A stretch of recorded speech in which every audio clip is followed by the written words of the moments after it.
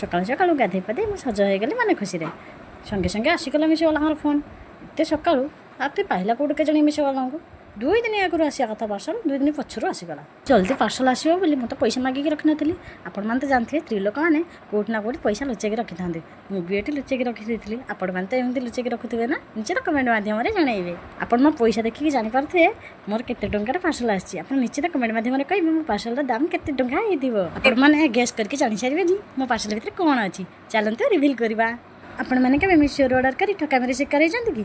ମୁଁ ତ ଜମାରୁ ବି ଠକାମିରେ ଶିକାର ହେଇନି, କିନ୍ତୁ ଆଜି ମୋ ପ୍ରଡ଼କ୍ଟଟି କେମିତି ଅଛି ଆପଣମାନେ କମେଣ୍ଟରେ ନିଶ୍ଚିତ କହିବେ। ଡରି ଡରି ପ୍ୟାକେଟକୁ ଖୋଲୁଥାଏ, କାଳେ ମୋ ପାର୍ସଲଟି ଚିରାଫଟା ପଡ଼ିଯିବ କି? ହେ ଭଗବାନ, ଦେଖିକି ମୋତେ ବହୁତ ଖୁସି ଲାଗିଲା। ମୋ ପାର୍ସଲଟି ବହୁତ ଭଲ ଥିଲା। ଚାଲନ୍ତୁ ଡେରି ନ କରି ଏବେ ଲଗେଇଦେବା ଆମ ଝରକାରେ। ମୁଁ ଡେରି ନ କରି ସଙ୍ଗେ ସଙ୍ଗେ ଲାଗିଗଲି ମୋ କାମରେ। ଆପଣମାନଙ୍କୁ କ'ଣ ଲାଗୁଛି ମୋ ପାର୍ସଲକୁ ପଇସାଟା ଅଧିକ ହେଇଗଲା କି? ନା ଠିକ୍ ଅଛି, ମୋତେ ତ ପାର୍ସଲଟି ବହୁତ ଭଲ ଲାଗିଲା। ଦେଖନ୍ତୁ